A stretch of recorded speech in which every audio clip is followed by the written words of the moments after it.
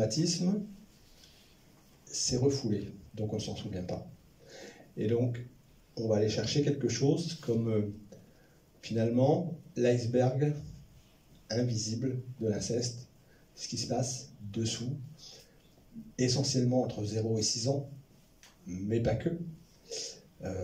Ça va être parce que, on va dire que tant que c'est le premier traumatisme d'inceste, comme tout premier traumatisme, même le deuxième ou troisième répétition, mais quand c'est traumatique, c'est refoulé, et quand c'est refoulé, c'est définitivement refoulé.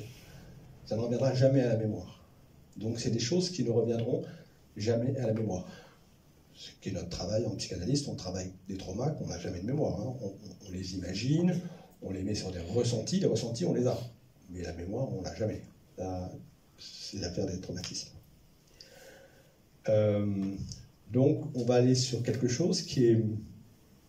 Il n'y a pas de plainte, il n'y a pas de livre, il n'y a pas d'information.